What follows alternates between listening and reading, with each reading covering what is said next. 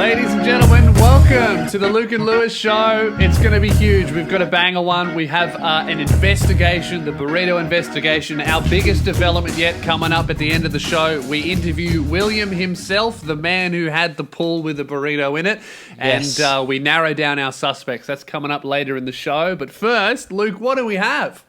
Lewis, I think it's maybe well known, maybe not, maybe it's gone unnoticed. I think we've definitely noticed it, that I've been bringing a distinct lack of content to the show lately. Just story-wise. I often, you'll have a great story about your cat doing a shit on your girlfriend or like you moving in, you had a new washing machine the other day. I feel like it's been a Lewis-heavy show because I haven't been doing a lot. But formerly it was the Luke and Lewis show, but it's kind of morphed into the Luke listens to Lewis's stories show. Yeah, and for a couple of weeks I was totally content with that, and I felt like you had some good stories. But this week I've done some thinking, and I've had a thought. I think it's worth sharing on the show. Now I was gonna bring it up in thoughts, but I think it's bigger than that. I think it's bigger than the segment thoughts. I feel like, just by the tone of your voice and the build-up that you're bringing, I feel this is going to be a massive dig at me. No, it's actually not. Oh, I guess I have PTSD. Okay. You know what, Lewis? Well, mate, continue. No, now I want to scramble and try and think of one, but I actually can't. Okay, well, how about you tell us what you were going to start with the show with, and then if you can think of anything. I know it's hard because I'm perfect, but if you can think of anything after that, give it a shot. But I am bulletproof. I had a dream the other night, Lewis. Now, not uncommon for me. I had a dream about beer, right? And I had a dream where I went to Macca's and for some reason they had beer on tap. And I woke up and I was like, I wonder how many years it's going to be until they have the Mick beer. Yeah. Or Mick draft or like Mick cider. I definitely see them doing that. Because I think in some countries they do serve alcohol. Is that correct? Can we do a bit of research on that, Keelan? I bet there's some Macca's somewhere that does it. I think it's more in like just because some countries have very loose alcohol licensing laws. I think in like the vending machines or like the fridges where you can get a Sprite or something, you can in some countries just grab a beer with your meal, I believe. But when do you reckon? I wouldn't be surprised. I think that's definitely something that they might do in Australia, because Australia's Macca's is for the business, the global business is a testing ground. They always try new shit in Australia first. I mean, we literally, on like the Swanston Street Macca's in Melbourne, it literally said Macca's on the sign, not McDonald's. That is how Australian Macca's are. I have an answer for you guys. Yep. Germany, France, Greece, South Korea, Portugal. I mean, there's heaps. There's heaps. So they do serve alcohol at McDonald's, like on the menu. Like when you get a meal, can you order it with a beer, or is it separate? Like if you get a Big Mac combo. I wonder if you can get mixed drinks. Like, can you walk up and be like, "Yeah, can I get a Big Mac, a large fries, and a McWet pussy?" You see this? It looks like they serve it on tap in the cups. Right. That's odd. Well, that's weird. See, this is what I was imagining in my dream. What a sad dream, by the way. I think we've all moved away from that too quickly. What a pathetic fucking thing to dream about. Kind of sad to be dreaming about drinking beer, but definitely beer at Macca's. Very, very sad. Are you all right? Yeah, it's sad to be dreaming about being in a Macca's anyway. Yeah, that's true. Really miserable. Well, you know what this makes me think? I thought that it would be in some countries, but knowing that it's in so many countries, now I think the reason we don't have it is because we can't be trusted, obviously. I don't think Australia's culture could handle beer at McDonald's. Because, like, McDonald's is the thing you do after beer, usually. Yes. It's like the post-beer. Like, when you leave the place that you're consuming beverages at, you go get a feed and like a Coke or a water, and that's like a sobering up method. If they were serving beers at the drive-thru, god damn, you would not want to be a taxi driver or an Uber. That would be no way. I mean, the McDonald's already on Friday, Saturday nights are fucking hellholes. They have security guards. I don't know if many other countries need to have like 3 security guards at their McDonald's. I think that might be an Australian thing. So many pigeons as well. in every McDonald's in the country. Why is there always one bird at like 2 a.m.? There's never any birds during the day. By the night, it's like the staff just gives up on like shooing the birds, and they always just let them in. I think pigeons are obviously sober, so maybe that's a way to fix the bird problem, is introduce beer and the pigeons will leave. Or they'll get hooked and they'll come in flocks, you know? Alcoholic pigeons. Yeah, and they'll be flying into the windows. Mate, it wouldn't be the first time there's a bunch of drunk birds in Macca's, hey? Hey, that's a good one, Lewis. Well done, mate. But yeah, that's just so I did have a good thought this week. Mick Beer. And I wrote in my notes at 2:34 a.m. Mick Beer. Yeah. That's good, man. So what else have you got? Oh, no, that's it. That's it. I'm done. So if you have any stories to tell, I'm happy to do another 2 weeks of just listening to you. Wait, hey, Luke Kitchell, I've got heaps, as always. Oh, that's good. You know? I'm always living in my head anyway. Quarantine hasn't changed my life at all. In fact, I thought the biggest change would be moving, right? But my life, as you're about to find out, has remained completely the same. Nothing has changed. We left the warehouse, obviously, you know, no more sketchy tales, or so I thought. Mate, 9:30 a.m., I woke up, I'm in Frankston, went down for a walk to the local cafe with Jazz. Beautiful morning, you know, all my neighbours are around. Come out, and the first thing that I see is one of my neighbours out in their front lawn, you know, starting their day by getting arrested by the police. Oh, dang. Yeah, just full doing? On. No idea. I wasn't going to ask. I haven't met them yet, but full on, like hands behind the back, no shoes on. So I guess he had no idea the cops were coming. Just getting arrested in front of everyone in the street. Nobody looked surprised except for me. I walked past and because we were walking down the street, couldn't see any cop cars or anything. So, you know when you're like way too close to an embarrassing situation that you've just walked in on? It was like that. I just walked past and in the front lawn, there's my neighbour getting arrested by the cops. I didn't really know what to do, so I just went, "Good morning." Yeah. See, that's like the start of a movie. There's like happy music playing in the background. There's birds chirping. The sun's out. And everyone's like, "Morning, Gary, on your mate." And then everyone's saying hi. And then even the guy's getting arrested. His face is on the hood of the car like, "Morning." And then the Literally, cop's just that's like, what he did. "Hey, Lewis, what's up?" That's I crazy. went, "Morning." The cops were like, "Hey." And then the guy getting arrested was like, "How are you, mate?" And then I walked back, and by the time I got back, everyone was gone. So I don't know what was going on, but by the way he handled it, it seems to be a frequent thing. Yeah, it must just be like his weekly arrest. Yeah, go. When I was in year 8, I lived in Frankston. And similar deal. I've come out of my house one day. I lived in a back unit, and like, I don't know how many, but the AFP were in my front yard arresting the guy in the house in front of me. Wow. And they stopped me from leaving the house, and I got to go to school late because they raided the dude's house. He was a crystal meth dealer. Oh, like right near your house? Yeah, right in front of my house, yeah. Oh, that's good, isn't it? What a friendly neighborhood. Well, lucky they caught it before that fucking exploded, blew up your bedroom. That's crazy. Yeah. Well, so Frankston's a great place, guys. Can't wait till we're doing the show out of here. Yeah, everyone's like, "Oh man, we're gonna miss the sketchy warehouse tales, guys." They're still here. I was gonna say they might get worse. Like at least that was in like a purely industrial work area. This is like now we're in like the living quarters of just like the worst people in Victoria. You know, we're like in the suburbs.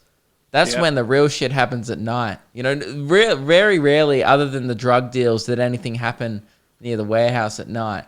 It was mainly just the Nang deals and stuff. That's about it. Yeah. Oh, and those sketchy guys on motorbikes who used to hang around there a lot. And the Nazi. Yeah. Okay, it was pretty bad. Yeah.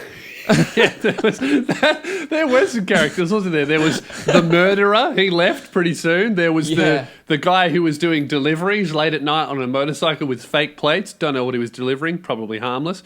There was the Nang dealer. There was the Nazi. And then there were the Russians. And then there was that one time we walked in and someone was discussing an illegal weapon. Oh, yeah.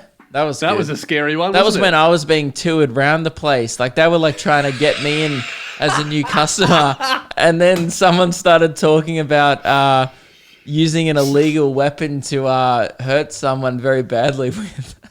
We can say that now, can't we? We're not there anymore. Yeah, I guess so. Some guy had a gun.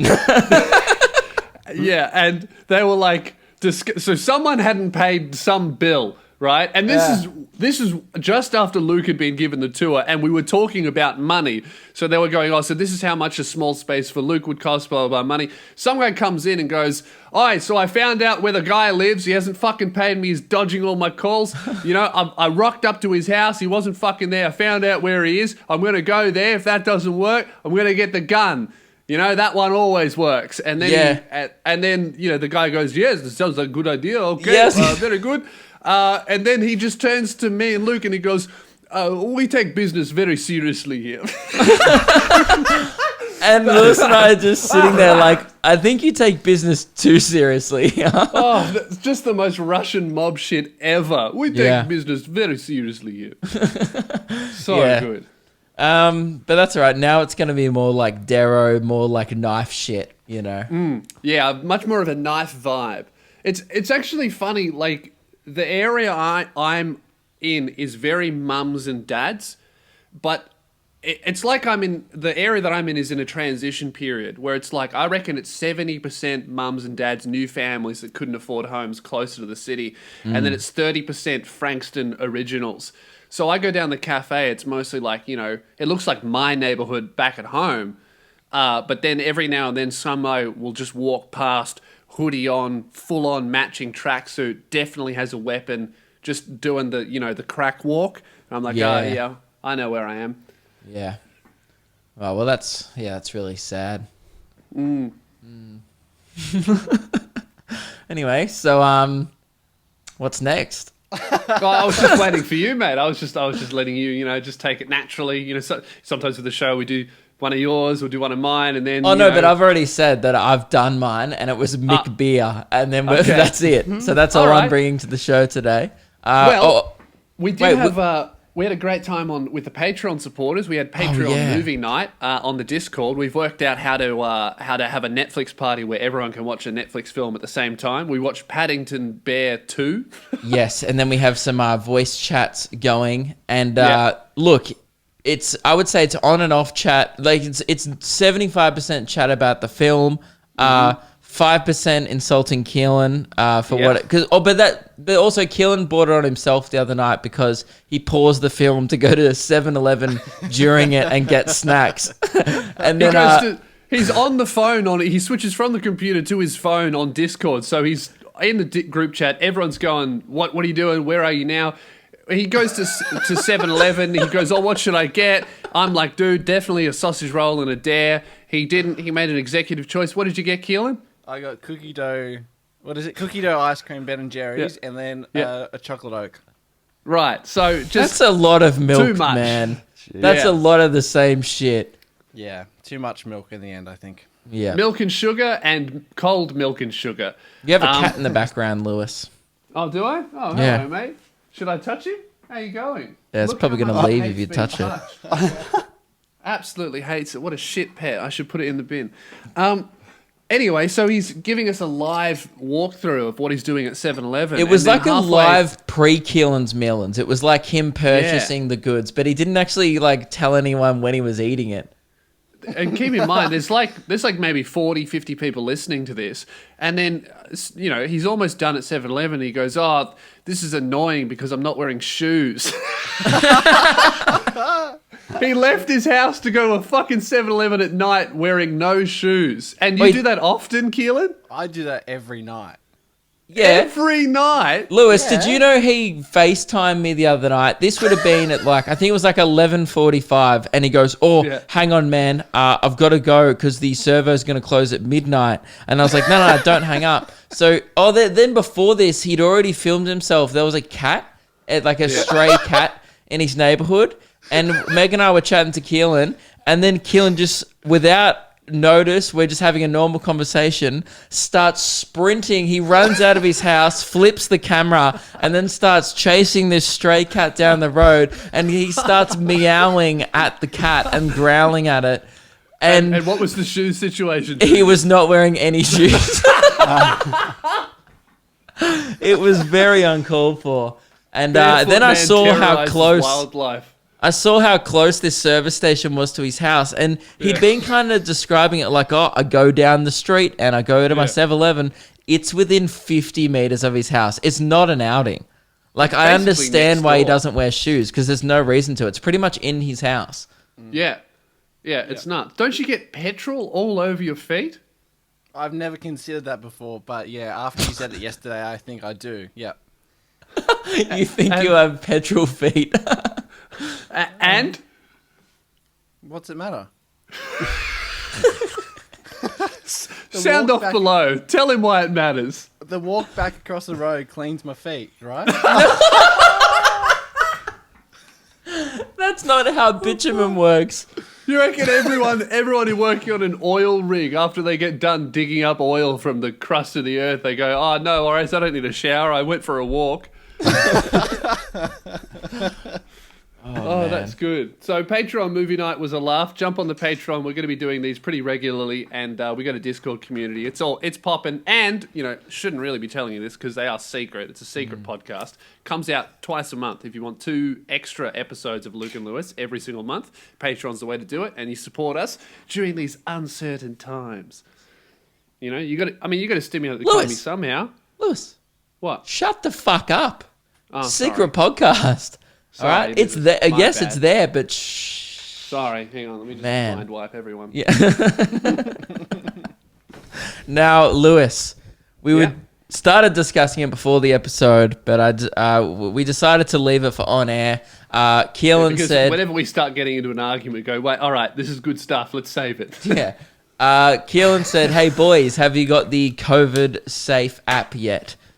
Which is this new app that's... Absolutely not! Whoa. Now, I haven't... okay, I don't think anyone's surprised. I obviously haven't done a lot of research into this, okay? That's not my thing on the show. My thing in life has always been winging it, whether it's a school test, whether it's life in general, this podcast. Yep. Look, I know that there's a lot of security concerns. People are worried about the government seeing where you are. But the way the app works... Should we explain what it is first? Yeah, is the way the app works... Oh, well, yeah, you explain it, because I don't know. Okay, so basically there's an app that the government has put out called COVID Safe, and it tracks you everywhere you go, and that data is stored by the government, basically so that if they find someone has coronavirus, they can plug that radius of where that person was into the app, and then the app will go, hey, you were near this person who has coronavirus, come in and get tested. And that's how it's pitched, and then everyone basically is supposed to download this app so that we can help control the infection, and then once coronavirus finishes, the government can then use that to repress our rights and kill any dissenters. Now, Lewis is like a 50-year-old man in a doomsday bunker, like often. And that's fair enough, and I understand why people have security concerns, but yelling absolutely not at the top of your lungs is excessive. You could just say, no, I'm not going to download it. I think that if you download it, you're a traitor to the people. Well, I think that the government should never have any information. I think we should be that. calling Keelan FN2187 then, because he's a fucking traitor. He's absolutely downloaded it. Good reference. That is a good Star Wars reference. Thank you. I'm a big Force Awakens fan. Yeah. I downloaded it because I was trying to be a good citizen, and then I saw all the stuff online about it. Okay, but I'd already seen all the stuff. Actual research. No, you want to know some shit, bro? You want to know some shit? So basically, I'll play devil's advocate for a moment. People go, oh, why don't you want to give your location to the government? You're already giving it to Facebook and businesses and this and that. It's like, yeah, okay. Does Facebook have an army? Does Facebook have 30 guys with rifles ready to raid your house at any moment? But what are they going to do with that information? Like, what are you hiding? Well, like, your life sucks, man. Like, you just go to the supermarket, someone else gets arrested. Like, you don't have any, you never do anything illegal. And I'm sure neither does anyone living in North Korea, but the government changed. If you give the government the ability to do this shit, that's all fine now, and we can definitely trust them now. But the problem is government changes, and the minute you start giving them the idea that they can do this, that's when they start going, oh, why don't we just use this for crimes? Why don't we just use it for this? So the government said that they're not they don't have access to any of the location data, and they're not going to use it for this and that. But they haven't passed any laws that say they will only use it for COVID. They haven't said that they're going to get rid of it when it's no longer needed. And the worst part, I think, is the government isn't storing the data themselves. The data is being stored with Amazon, with Amazon's cloud services. So the government is basically trusting all of their citizens' data to fucking Amazon, like a business, a business from another country that is subject to another country's law. So that in the US, there's a law that came out in 2018, the Cloud Act, which means that the American government can force any business from any country, if they have offices in America, Amazon, to give them all of their information that is stored for any reason. Right, but still, what are they going to do? Like, okay, even if they knew where you were going every day and where everyone was going every day, what does that tell them? That people go to the shops? That tells them who you hang out with. That tells them what you're doing. If I have a criminal friend and I go and see them, all of a sudden I'm a criminal as well. Right, but if you have an iPhone, they could probably work that out anyway because you text them. But that would be illegal if they got it by illegal means, or they could get it by legal means. Isn't that how they solve crimes anyway? Like they just but hack that into kind of people's stuff, shit? That kind of stuff would require a warrant. Whereas if you have, 50% of the population signed up to this app, and then they have your location, and then all of a sudden they change a law that goes, we can just use this app to track location now. You know what I mean? Okay. So I heard that this was like maybe not 2 months ago, maybe like a month ago, before this was even suggested in Australia, that Singapore had this app and everyone there downloaded it and like no one had a problem with it or something. Yeah. But was their one done differently, or does everyone over there just not care? I think their one is even better in terms of tracking than ours, but they trust the government more. I don't know. I think that it's good to have a government that you trust, but governments change, you know? I don't think Australia is going to become like North Korea, like you said earlier. That's a big call. I don't think there'll be many governments after this that come like North Korea. Yeah, but, I bet Germany thought that. Then bloody Franz Ferdinand cops a bullet and we get Hitler. Shit changes, man. That's what I think. Yeah. But maybe I'm being paranoid. I could be. I just think that giving governments nothing the like idea that they can do this is Hitler, bad. like, this is like really off topic now, but that whole Hitler situation that happened, the Holocaust wouldn't have happened now because of the internet and stuff. People would have found out what they were doing way quicker. Wouldn't have happened. It just wouldn't have. Maybe. I don't know. Like, that shit only happened when, like, someone sent a pigeon going like, bro, there was heaps of shit happening. Like, yeah, but it's happening in China right now to the Uyghurs, It's like that shit wouldn't happen unless the government was evil. Now someone would nuke the fuck out of them or something. Like, now it might be even worse now, but that wouldn't happen. Yeah. Like, World War III will be horrible. It'll be like chemical warfare. Yeah, I don't know if there will be a world war. It'll be like there was. It'll just be like the Cold War, where it's like an underground kind of that's like what I think. Where governments are at war, but the people aren't. That's what I think. I don't think that a world war would have to be so fucking drastic for that to happen, because everyone will just blow everybody up and everybody knows that. So you can't really have as direct conflict as you used to be able to. Do you reckon one day we'll have to band together like in all the films and fight an alien invasion? Remember when we were just talking about the COVID app? And now we're like, we should probably fight aliens. That brings us to our next topic that Keelan's prepared for the show. Keelan's brought something. Oh, no, I told you to bring it to the show. I just suggested the idea. Okay, well, I also know about it. I was just trying to make Luke feel bad. I don't give a fuck, man. Mick Beer was great stuff. I think Beer was good stuff. We got a lot of people sounding off going, oh, man, imagine if Macca's did have beer, I wouldn't mind a Mick Beer. By the way, it'd be really, just to get back on that, it'd be really watered down shitty beer. You can just tell. Yeah. It'd be like Carlton Draft, but like It'd be like 2% beer. It'd be like low strength. Yeah. It'd be like water. McBeer. So, shush, would you? God. Isn't she a fucking asshole? You try and be nice to her. She hisses at you.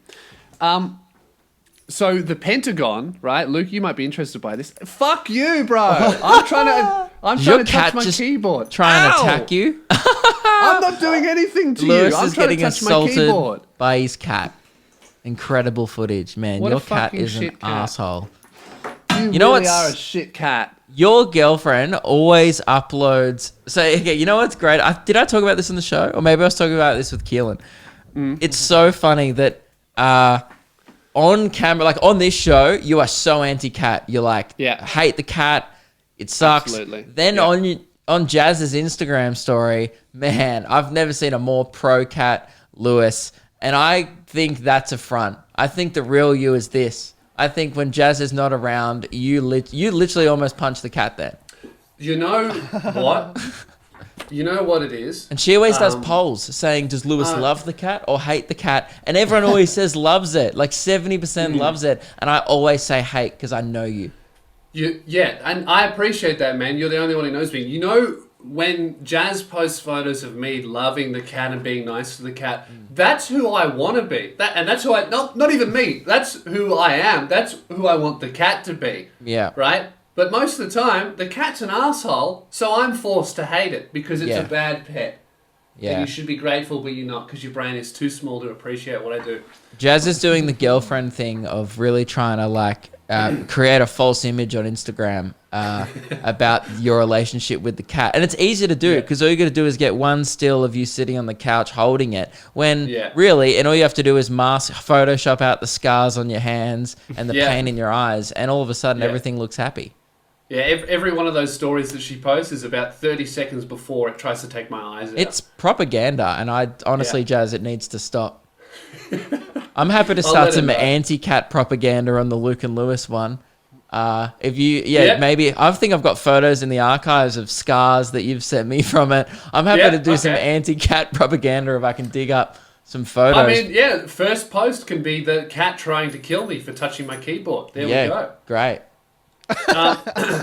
So, what we wanted to talk about, Luke, is the Pentagon has confirmed for the very first time that UFOs exist and confirmed 4 of them. Wasn't this Tom DeLonge's thing? Tom DeLonge posted about this on his Instagram. So the lead singer, the ex-lead singer from Blink-182, he now runs a company called To The Stars.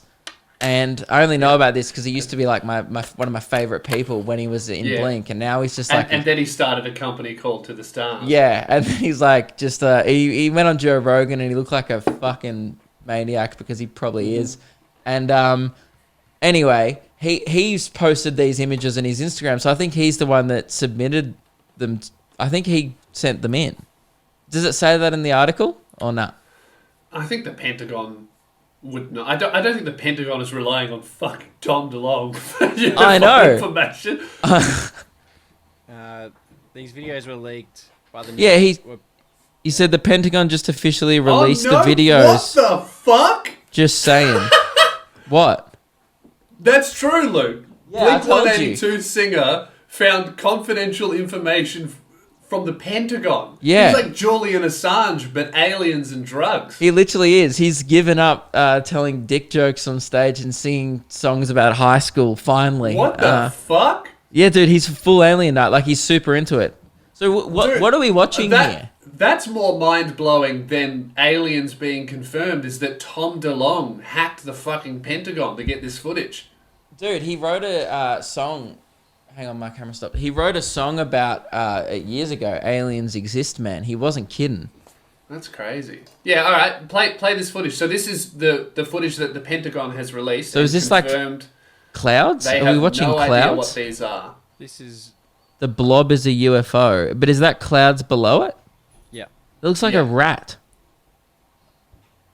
How strange. Unidentified aerial phenomena. So obviously the guy in the plane, is he like a fighter pilot? Must be. It says it's from the US Navy, though. US Navy. 2004 and 2015 they were filmed. So these must be gunships tracking them. I don't know. Although these look high. I mean, this is the problem whenever you see footage of UFOs. It's just a blob in the sky. Like, I don't know what I'm expecting, but I'm expecting to see some eyes. Maybe, that one looks like a stereotypical UFO. Yeah. But nah. That one looks like the artist. That just looks like a plane. Saucer. Yeah, but if you look at it the other way, it could be wings on just a plane, but I guess... if the Pentagon is saying that it's not a plane, it mustn't be. Because surely they would know exactly what a plane is, unless it's some kind of plane that no one knows we've invented yet. So what is the world supposed to do with this video and with this information? Are we just supposed to watch it and go, cool, I remember Blink-182, and then move on? Or... Like, what's the purpose of this footage being released? Why release it? What are people going to do with that grainy footage? It's like watching videos of Bigfoot. You know what? It's probably just to stop people fucking calling them and going, oh, why aren't you investigating UFOs? I bet they're just sick of being told they're covering shit up. And they're like, you know what? Everyone knows they exist. Why are we hiding this? Right. So then, yeah, but do you reckon they... it'd be fucking great one day if they didn't tell anyone they were going to announce something. They just released photos and all this shit of like, we've known about this for 50 years. Check it out. This is Graham. Yeah. He's an alien. He's our friend now. You know, that would be great. Oh, everyone's like, hi, Graham. And then Graham becomes like this novelty. Sorry, my camera died. What's your problem? All right, I'm back. You just get harassed again. Yeah. Oh my god. What a shit.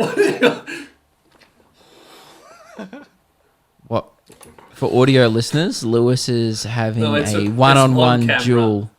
Yeah, I'm saying for audio listeners though, Lewis is having a one-on-one duel with the cat. And it's hard to see who's the victor at this point. I think the real victor is here, me. Proves that Lewis hates the cat, and I'll be definitely using this in my propaganda campaign, that bit of footage. There's lots of footage here. Keelan, I reckon I could, for you. Yeah, like whip up a compilation of you, make you look like the villain. Like Lewis just harasses this cat. You could really spin this, but I do know it's the cat's fault. Definitely. You know what's frustrating about the cat is when we adopted it, Jazz adopted it, while I was on tour, didn't consult me, just sends me a photo of her and a cat in her room, and I was like, well, fuck, there's nothing I can do about that, but at least it'll be a nice pet. She just bought it without permission? Yeah, well, not that she needs permission from me, but it would be nice to be, hey, I was thinking of, what do you think? Oh, true, I guess at the time it was her cat. Like, she's like, I want a cat. Yeah, but... I guess now that you live together, a second pet would have to be like you got to talk about that before you bring another animal into the house. Are you allowed to have a cat there? No comment. Great. That's what I thought. But the laws change in July, so we're just banking on no inspection before then. Yeah. I think it's 3 months anyway. I think so. So, yeah, the woman that Jazz adopted it from said in the text, oh, she's such a sweet cat. She's so lovely. Liar. Definitely liar. Absolutely. Probably just wanted to get rid of it. Well, I think so, because she was I think she was a Chinese woman, and she was going back to China. So she was going to live in an apartment like she did in Australia. So she definitely could have taken the cat. She just decided that this asshole wasn't worth the paperwork. And you know what? I agree. If I have to fill out a form to keep this cat, fuck that. I'll just leave the door open. I think my ring light finally just died. I'm having the shittest luck this episode. Yeah, my camera really just died, and then I think I watched the bulb in the ring light just blow. Like it went really bright, and now it doesn't turn on. Well, what we're going to do, guys, is we're going to continue the Burrito investigation. Quick recap about this. A listener, William, emailed the show. He found that someone had thrown or placed a burrito in his pool. It was completely intact, other than a bite that had been taken out of it. We asked you guys, the listeners, to send in videos of you throwing Guzman and Gomez burritos, just so we could get a vibe of how far you could throw one of those, because the thing about William, he's surrounded by 5 houses. So there's 5 different suspects in this investigation to find out who put the burrito in the pool or who threw it. So we decided to give the man a call and run him through some of the videos that have been submitted. Now, Luke, how many videos were sent in by the listeners? Okay, we had a total of, out of 100% of the videos that were submitted, we got, well, I'm trying to word this in a way that sounds impressive. We had 1 video that was submitted. 1 video from the listeners. So can I just say to all of you listeners, all the thousands and thousands of people, I'm disappointed in you, right? We're really excited about this. Apparently you guys don't, you don't have enough commitment to this show we had to more, go out there and throw a burrito in public, and that's disappointing. We had more people invoice us for their burrito cost than actually send in the videos, which means people bought burritos, threw them, and didn't film that like we asked them to. They just threw it and then went, why was I throwing the burrito again? Then they just go, anyway, that's $10.50 down the drain. I'm going to invoice the boys. And that's absolutely not what we said was going to go down. But yes, that is what happened. So we had one bit of data to go off. On the plus side, right, if we only have 1 video to measure how far a burrito can be thrown, this means that 100% of every burrito video that was sent to us has the exact same measurements. So we have some really clear metrics to work with here. The data is very, very clear. 100% of all submissions came back with the same results. So I think we have a good idea of who threw the burrito. Yeah, it's absolutely, is the right word, unanimous? Like, there's no arguing that... okay, so it was sent in by... Pronounced unanimous. It's absolutely not. Okay? I gave it a shot. Apparently, gave it a try. Apparently last week I pronounced... what was it?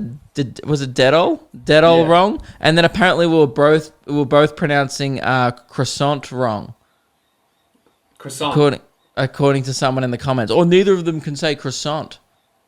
How do you say croissant? I don't know. Maybe Australians say it weird. But anyway, so yeah, the results were clear. So if there's anyone in the sound off section that goes, oh, but hey, should have sent in your video. We are going off this data now. The rest of the investigation is entirely reliant on this 1 bit of data that we got, because that's the only data we have. So it's pretty hard to argue any other, but I thought, hey, you didn't think because you didn't do anything. Okay? That's right. So thank you very much. Was it Jackson who sent in the video? And boy, oh boy, he went to a lot of effort, really went out in public, Flagstaff Gardens in the city. And we had to cut this video down a bit. He also sent us a complete summary of the data and what it can show. And he drew a diagram as well. Which is really good because it turns out we're only using his data. So that was very helpful to the investigation. So what we're going to do now, earlier we called William, who's the supposed victim in this investigation, who found the burrito in the pool and sent us the initial email. And this is how that call went. All right. Hey, William, welcome to the show. Thank you for joining us, mate. How are you? I'm good, thanks. It is an absolute pleasure to have the Burrito King on the show, the man who started this investigation. And today we hope to get, well, maybe not to the bottom of it, but a lot more answers and definitely closer to finding a suspect with you. Here's what we want to know is, Will. Yep. I don't want to start this out in a negative way, but I just want to get it out of the way and clear your name. There's a few people that are purely a formality, mate, but it does need to be covered. There's a few people in the sound off section and a few investigators out there suggesting that you might have done this yourself. Oh. How do you respond to those allegations? Look, I could not be more offended by that. Why? How would I go about doing that, to my own pool? That's true. A man wouldn't do that to his own pool. Although, who maintains the pool? Your dad or you? My dad mostly, yeah. Jeez, it's not looking good for you, Will, here. It seems like you'd absolutely do that to your pool. Will, if I was to say right now, oh, mate, I'm just heading down to Guzman and Gomez, what would you like? What would you say to that question? Oh, well, I'd say a burrito. Yeah, very I know that suspicious. incriminates me. Yeah. Well, look, this isn't looking good for you. This was a formality, but it's starting to look pretty dire, William. So I think I have a pretty good piece of evidence. Well, none of the Guzman and Gomez open until 10 a.m. in the morning around my area, and the burrito was found at 9:38 a.m. So I couldn't have gotten it in the morning. Okay. All right. Well, the man has an alibi, which I'm inclined to believe. So we might have to close this section of the investigation, Luke. Okay, that's fine. I'm happy to move on. I've got a few other theories that have been sent to us to run by you, Will, if that's okay. Yeah. Right, yeah. Chusty DJ on YouTube said, what if the burrito came from the upper floor of Will's own house? I did see that comment. I mean, it's possible, but unlikely. Because you've already done an inside check. You checked everyone's phone. No one had Uber Eats installed and stuff. Okay, I believe that. Yep. Someone else commented, not sure if you saw this one, did a bird do it? Well, I mean, we were thinking about that at the start, but to be honest, it was a large burrito, and there were no claw marks in it when it was in the pool. It looked like a sandstone brick. It was quite smooth. Yeah. And I couldn't imagine that a bird's big enough to actually pick up a burrito without it falling apart. You don't have any eagles in your area? Unfortunately not, no. Okay, all right. Now, William, we did have a listener go out and test the burrito throw to see how far the burrito could be thrown. And we feel like because obviously you live in your house, this might be a bit enlightening to you. Keelan, can we pull up the footage of the burrito throw so William can have a watch? So this was 100% of all the usable submissions we got. So therefore, this is the only data that we have. A few people just started invoicing us and didn't film themselves throwing burritos. One guy on Instagram just sent me measurements, and I assume it was to do with the burrito throw. He just literally sent me a message that said 14.1 meters. And I was like, what the fuck is this regarding? So this is the only usable evidence we have. All right. I've got a regular pulled pork burrito from Guzman and Gomez, whatever the fuck you pronounce it. Let's give this thing a throw. It's right on the outside, not on the overside. Let's measure this shit up now. So he gets out his tape measure. Burrito travel distance was 12 meters and 13 centimeters.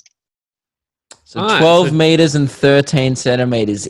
Is your pool within 12 meters and 13 centimeters of neighboring backyards? Only 2 houses are within 12 meters. So that narrows it down. Which houses? It's house... do you have a document? It's house 1 and house 4. Right. Okay. And we'll put these documents up on the screen here as well. Will, I'm also thinking of drawing a little diagram so we have it visually as well. Wait, did you include a diagram on your investigation? I did, yeah. The Google Earth one. Great. I'll maybe have a look at that after this call. Draw up a quick diagram for the show, and we can all just kind of get a visual. And does that show tree lines in there as well? Yeah, I put the marker where I assumed that they would have thrown. Yeah, okay. You put the trajectory. I see. So we're looking. Which houses is house 1 and house 4? Yeah, those are within 12-ish meters. Okay, geez, mate, you live in a very nice area. These are giant blocks. House 1 looks like a mansion. Yeah, I've got one problem with the piece of evidence. He had this wrapped in foil, didn't he? He did. Yes. It was a bare burrito. But it was still intact. Yeah. Well, this changes Wait, your everything. one wasn't in foil. I think we all just assumed it was still in its packaging this whole time. I thought I mentioned no. There was no foil in it at all. It was just bare burrito. But it was still intact in the pool. It was still completely intact, apart from that one bite. Yes. Did they eat it with glue? How did it stay together in the pool? That's miraculous. That makes me think that it was a very small throw. Possibly the one from House 1. Or perhaps even a bit of a place. Oh, you're not seriously suggesting that. Well, I'm just saying, like, I don't think I could throw a burrito anywhere without it exploding in the air, you know? Who cares about the impact? I think it would fall apart mid-air. I don't want to accuse Will, but at the same time, the only thing that really is going in your favor at this point is there is no possible reason for you to make this story up. There's no motive at all to make this up. It doesn't achieve anything for you to just lie this far. Yeah, that's the only kind of reason why I believe you, but all the evidence is heavily stacking up against you, Will. Well, good, is it? Not good at all. I just have one question as well for you. Obviously, as we all know, I'm a detective, so is Detective Kidgel. Something that we know that criminals do a lot of the time is that when a big crime is committed and it becomes, headlines like it has on the show, often criminals will return to the scene of the crime. Where have you been since this incident happened? Have you been at home? Well, obviously, assuming the quarantine lockdowns and everything are happening. Right. It seems very suspicious. It's like a very convenient excuse that you are legally not allowed to leave the scene of the crime. Yeah. Now, Will, okay, I've got one more. Let's suppose for 1 second that you're not the main suspect, right? All right. So we're pretending. Yeah, Jack Young has come in with a few thoughts, and he said, "G'day, boys. Have some thoughts that could play a big role in the burrito investigation. You mentioned that the burrito was most likely thrown when someone was drunk during the night. Now, if said burrito catapulter was intoxicated at the time of the incident, do we need to consider that this may not have been the target house?"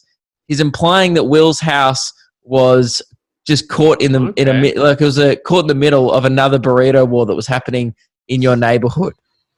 Do you think? I don't think it's likely that a drunk person would miss.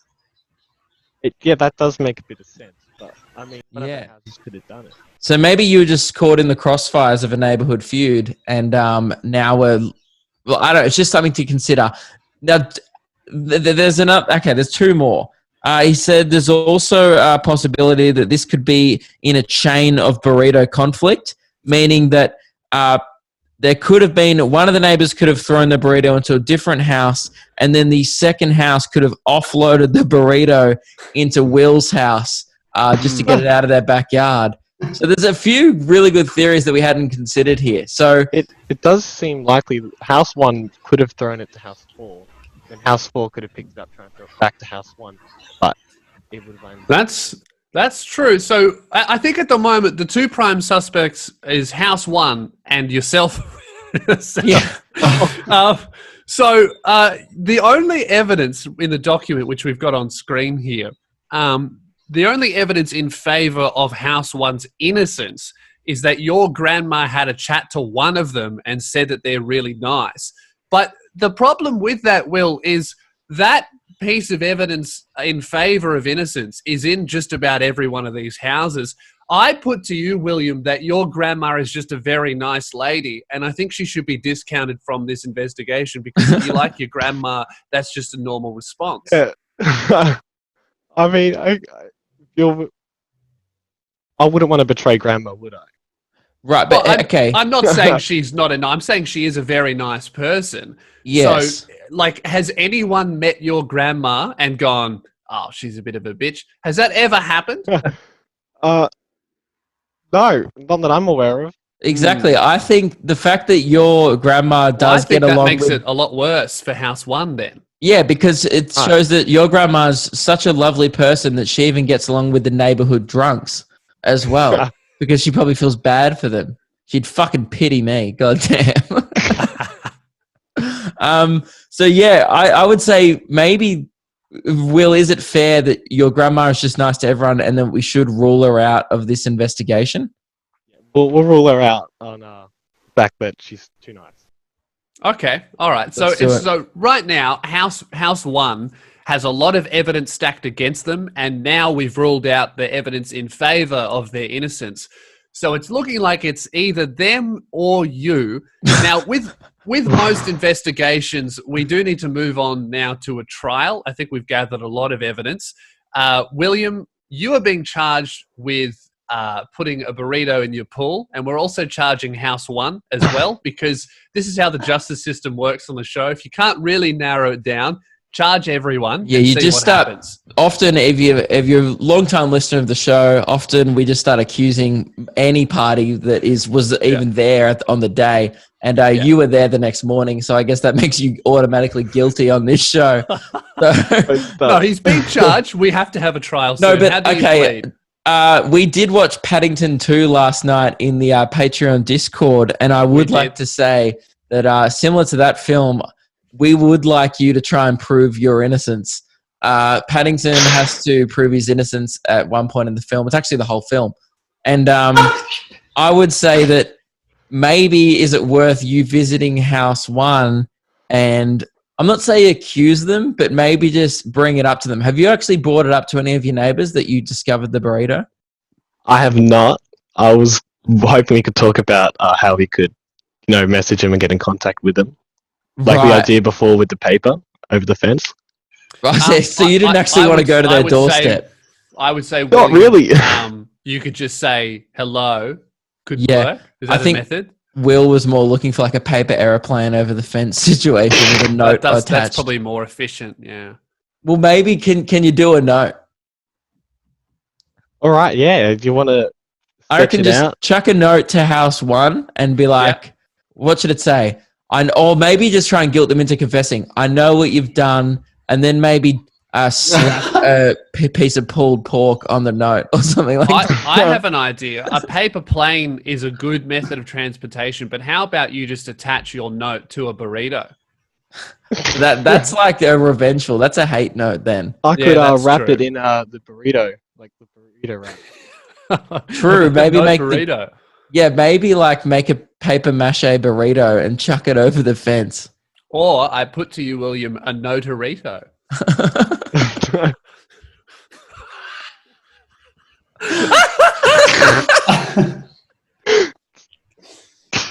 Yeah, so I think it's settled. You make a notarito during the week and then with a note attached to it, and then throw it over the fence, and then let us know next week if you get a response.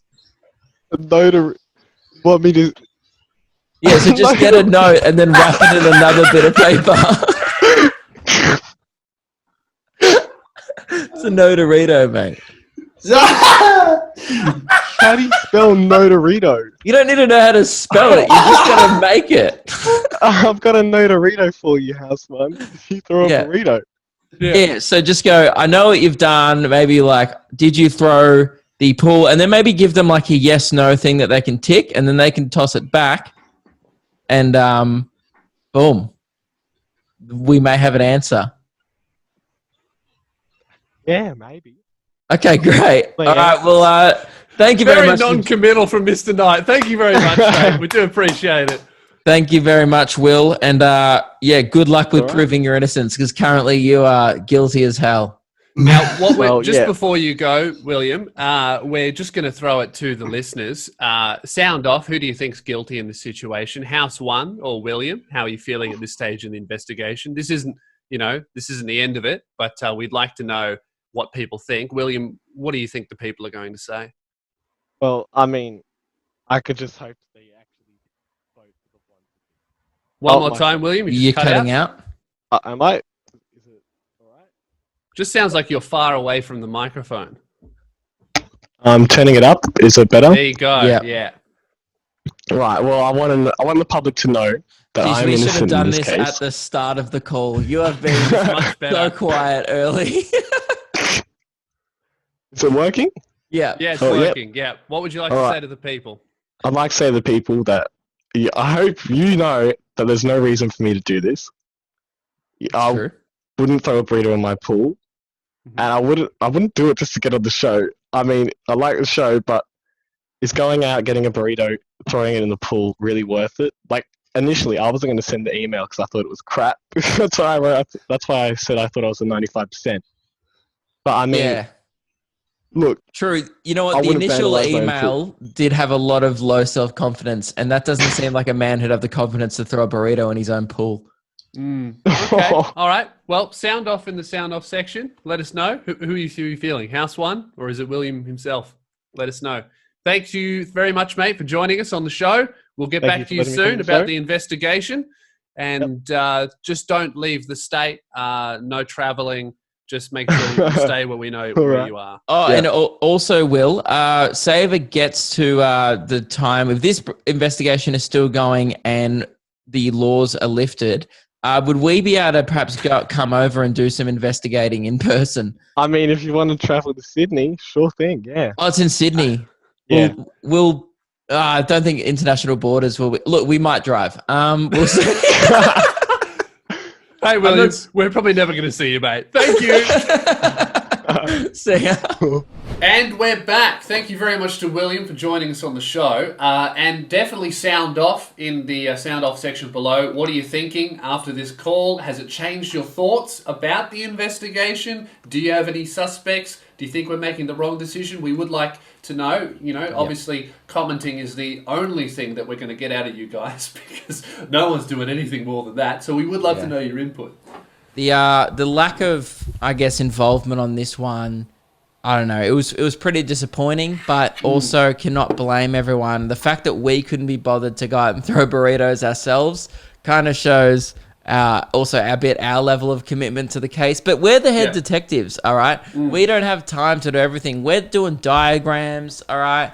We're calling the suspects, all right? We do a lot on our end, and I feel like maybe it's not reciprocated. Yeah. And so I don't want this case to go cold. Just like that burrito when it was found in the pool. That is the last thing we want. Pool. No. Well, we assume not. It wasn't a spa.